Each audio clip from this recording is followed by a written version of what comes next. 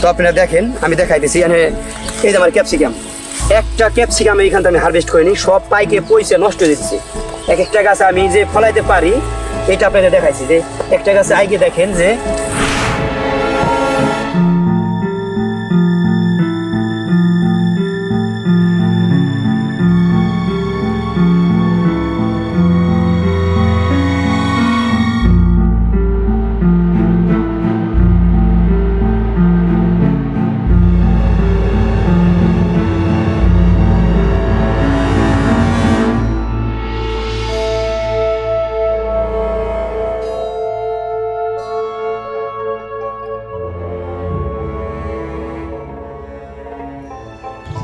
আসসালামু আলাইকুম, রায়াব agro YouTube চ্যানেলে আপনাদের সবাইকে স্বাগত।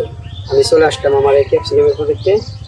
এখন আপনাদের দেখাবো এখানে আমি ক্যাপসিকাম হারভেস্ট করব। আর এই জায়গা থেকে ক্যাপসিকাম লাগে আমার লাভ হলো না লস হলো, এটা আপনাদের সাথে শেয়ার করবো। তার কারণ এই জায়গাটুকু আমি ক্যাপসিকাম লাগাইছি, আমি গত বছর মাত্র 50টা চারা লাগাইছিলাম, 3000 টাকা মতো বিক্রি করছিলাম। এই ক্যাপসিকাম লাগানো শুরু হয়েছে আমার মেয়ের, এতে আমার মেয়ে ক্যাপসিকাম খেতে চাইছিল, তারপরে আমি এটা করছিলাম। তো এই বছর আমি একটু ব্যবসার জন্য একটু বাণিজ্যিকভাবে একটু বেশি করে করছি। করার আগে আমি এগ্রো অনেক ফোন দিয়েছিলাম, স্বামীর ভাইয়ের সাথে কথা বলছি বাড়তি নিয়ে।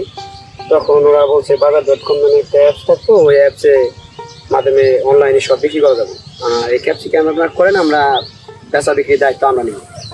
এখন এই জায়গাটা আমি 750 চারা গাছ টোটালি।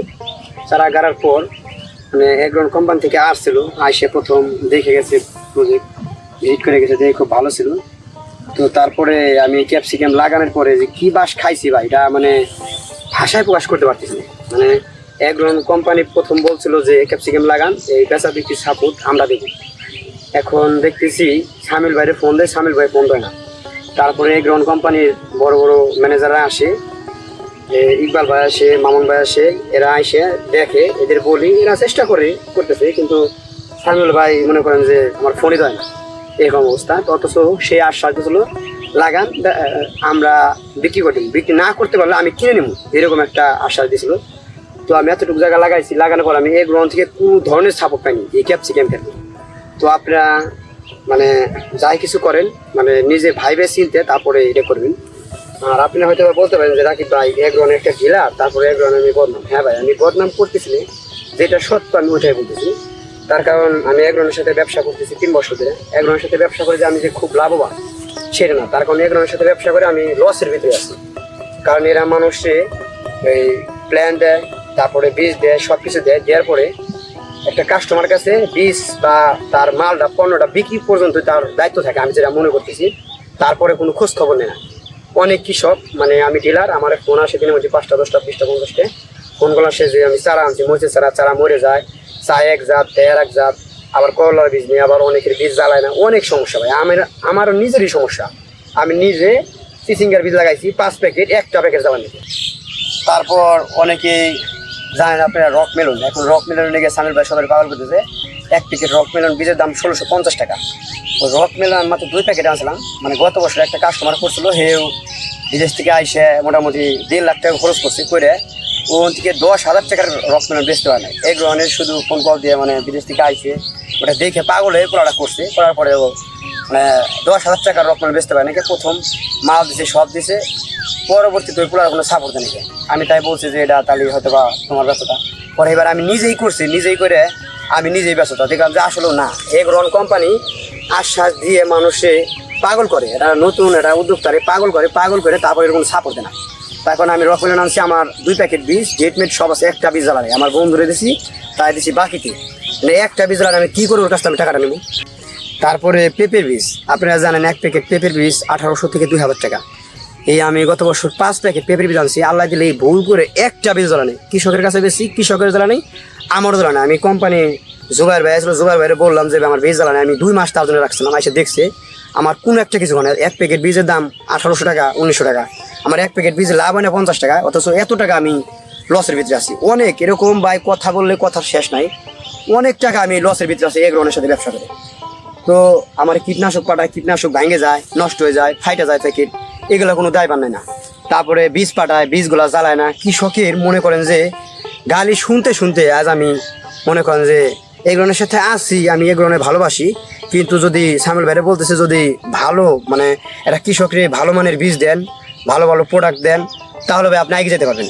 তার কারণ বর্তমান যে বীজ আপনি দিতেছেন আমি মনে করতেছি এই বীজগুলো ভালো না। আপনি শশার বীজ দিচ্ছেন, শশার বীজ ঝামেলা, শশার বীজ জার্মেশন হয় না, শশার বীজে ভেজাল হয়। আপনি এত নামি দামি একটা মানুষ, অথচ আপনি বীজ দেন হলো ভেজাল বীজ। মানে খেতে যায়, আমার নিজের খেতে আমি নিজে প্রমাণ আপনি আমি ছবি পড়াইছিলাম, এই শশা ওই সাদা কালার, সামি হাজাতে শশা দিয়েছেন দুধের মতন সাদা, আপনি নিজে কইছেন যে বীজে বাজাল। এরকম বীজে বাজাল যদি আপনি ব্যবসা করেন তারপর আগিবেন কীভাবে? আমি ভাই অতি রাগে আপনি এই কথাটা বলতেছি, এনে আপনি হয়তো বা বলতে পারেন যে রাকিব ভাই এটি বলতেছে, আমি এইটাই করছি, খুব ভালো করলে আপনি আমার দেখবেন এবং কি খুব খারাপ করলে আপনি আমার দেখবেন। এই ভিডিওটা আপনাদের কাছে চলে দেবো। তো আমি যে এখন আপনি নিয়ে বদনামি বলতে পারেন করতেছি, যে এখন যা আপনারা মনে করেন যে বীজ ভালো, সব পণ্য ভালো দিতে হবো, মানে আপনাদের টার্গেট নতুন নতুন উদ্যোক্তাদের পাগল করা। কে আপনি এটা খুঁজেন যে 200-250 ডিলার ছিল, তার ভিতরে আপনি বলতে পারবেন না যে 20টা ডিলার আছে আপনাদের আগের ডিলারগুলা। আর আগের যে কৃষকগুলো ওই কৃষকগুলো আছে খুবই কম, মনে করেন যে 5% আছে, 95% বাইরে গেছে। এটা আপনি নিজে বিচার করেন যে আমার যে কৃষকগুলো আগে ছিল সেগুলো এখন নাই, আগের যে ডিলার ছিল তারা নাই, কিসের লিগা নাই? এটা একটু নিজে ভাবেন যে কিসের লিগা নাই। হয়তো তার আপনার বীজে কীটনাশক মানে যত প্রোডাক্ট আছে প্রোডাক্টের ফল্ট বেরিয়েছে, আস্তে আস্তে বেরিয়ে গেছে। তারপরে মালচিং নিচে, মালচিং এরকম সমস্যা বলছি, মালচিং নর্মাল বাড়িছে 3 মাস পরে ছিঁড়ে যায়। এরকম মানে প্রত্যেকটা ডিলারদের মানে ব্যবসার সাথে লস বেশি হইতেছে, এর লিগে কাইটে পড়তেছে। 200 ডিলার ভিতরে 20টা ডিলার নাকি।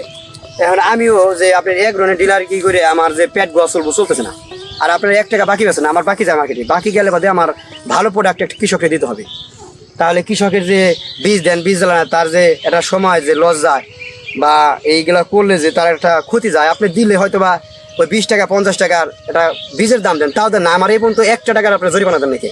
অথচ আমার অনেক টাকা লস, মিনিমাম 30,000 টাকা আমি হিসেব করছি, 30,000 টাকা আমি এগ্রনের কাছে লসে আছি।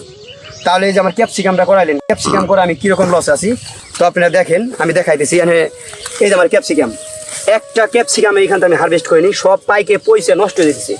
এক একটা গাছে আমি যে ফলাইতে পারি এটা আপনাদের দেখাইছি, যে একটা গাছে আইগে দেখেন যে 1টা 2টা 3টা 4টা 5টা 6টা 7টা 7টা 8টা 10টা, যে প্রতিটা গাছে কি পরিমাণ যে ক্যাপসিকাম ধরছে, তো এটা ভাষায় প্রকাশ করে না। আপনি বলছেন যে 300 400 500 টাকা কেজি বিক্রি হয়, এটা বিদেশি ফল, বাংলাদেশি সবাই এটা করতে পারে না। আমি তাও রাখি নিজে, আমি কৃষিকাজ করে মাথার ঘাম পায়ে ফেলায় আমি এগুলো ফসল ফলাই আমি দেখাইছি বিদেশি ফসল, অথচ আমার যে ঘামের পরিশ্রমের দাম আপনারা দিতেছেন না। আপনি ঠিকই বলছেন যে এটা বিক্রি করে দেবো, এখন যে আমার এই জায়গায় 15,000 টাকা লস, 15,000 টাকা লস হয়েছে। আর এই জায়গাতে আমি কষ্ট করছি, লস ভাই টাকা পয়সা মানুষে কামায়, আমি টাকাটার কথা বলতেছি না, কিন্তু আমার যে কষ্ট, আমার যে আশা, এইটা মনে করেন যে আমার স্বপ্নটা পুরো টসটস করে দিছে এই গ্রহণে আমার এরকম করে দিছে। তো আপনারা ভাই আমি বলতেছি যে যারাই কৃষিকাজে আসেন ভাইবের চিনতে, যে এই গ্রহণের ভিডিও দেখে, সামিল ভাইয়ের ভিডিও দেখে পাগল না হয়ে ভাইবের চিনতে, এর সাথে ভালো ভালো কোম্পানি, আরও নামি দামি কোম্পানির বীজ আছে, ভালো ভালো জিনিস আছে, আপনারা নিজে করেন। আর এই গ্রহণে ভালোবাসি করেন, সমস্যা নাকি এই গ্রহণে। তো সব কিছু এই গ্রহণের প্ল্যান প্রোগ্রামে করতে তা না, নিজের অভিজ্ঞতা থেকে যতটুকু পারবেন ততটুকু। এই গ্রহণ প্রথম অবস্থায় সাপোর্ট দেয়, পরবর্তী কোনো সাপোর্ট দেয় না, আমি নিজে সাপোর্ট পাইনি। তো ভাইরা দেখেন যে আমি ক্যাপসিকাম লাগাইছি, ক্যাপসিকাম কি পরিস্থিতি, এত সুন্দর ক্ষেত ভাই দেখার মতো না, অথচ এই জায়গায় আমার ভাই মনটাই নষ্ট হয়ে গেছে। আমি কৃষক যে ভালো বা খারাপ আপনারা জানেন, যে এরকম আমার খেতে ঘাস হয়ে গেছে, মাথা কুকি লেগে গেছে, বা আমার মনটাই নষ্ট হয়ে গেছে। এই জায়গা থেকে আমি 1 টাকা বিক্রি করতে পারিনি, তাহলে আমি কিসের লেগে এই খেতে বিষ পানি আগে দিচ্ছি, যখন নাকি কোনো সাপোর্ট পেলাম না তখন আমি এটা বাদে দিচ্ছি। তারপরে মনে করি যে গাছগুলো নষ্ট হয়ে গেছে, ক্যাপসিকাম স্পট পড়ে গেছে, নষ্ট হয়ে গেছে। তো ফলন মাশাআল্লাহ ভালো হয়েছিল, এই যে দেখতে পাচ্ছেন ক্যাপসিকামগুলো অনেক বড় বড় হয়েছে, যদি এটা আমি ঠিক মতো পরিচর্যা করতাম মানে অনেক ভালো হতো। এই যে দেখতেছেন কত সুন্দর সুন্দর বড় বড় ক্যাপসিকামগুলো হয়েছে, পাইকে গেছে, তবু আমি বিক্রি করতে পারিনি কে। তো আজকে আমি ছিটতেছি, কপালে যা আছে মনে করেন যে আমার আশা ছিল এটাতে আমি ভালো কিছু মানে আগে যাম। গত বছর আমার দিয়ে এগ্রন কোম্পানি বেগুন রাকিব মানে নামে চিনে আমি অনেক বীজ বিক্রি করে দিছি। আর আমার এবারে আশা ছিল আমি ক্যাপসিকাম করে আমি এলাকাতে তাক লাগাই ফেলাই দেবো, মানুষকে দেখাবো, কিন্তু আমার আশাটা পূর্ণ হলো না। তো যাওয়ার হয়েছে, এখন আমি এই ক্যাপসিকামটা উঠাইতেছি, আজকে 20 কেজির মতন উঠায় আমি শহরে আজকে নিয়ে যাবো, নিয়ে দেখি যদি বেচা যায় গেল, আর যদি না যায় তাহলে আমি এগুলো উঠায় ফালাই দেবো। ফালাই জায়গায় আমি শশা মশা অন্য কিছু করবো, তা শশা করবো আমি আর এই গ্রহণে করবো না। শশাতে গত বছর আমি লস খাইছি, এই বছর আবার আমি শশা করছি তুষারা যাত্রা হচ্ছে গ্রিন ওয়ানের হিমালয়, দুইটা আমি বাম্পার ফলন পাইছি। আপনারা আমার ভিডিও দেখছেন বা যারা দেখেন নাই রায় ভাই এগ্রো ইউটিউব চ্যানেলে দেখতে পারেন। তো আমি হারভেস্ট করতেছি, আপনারা তাহলে দেখেন।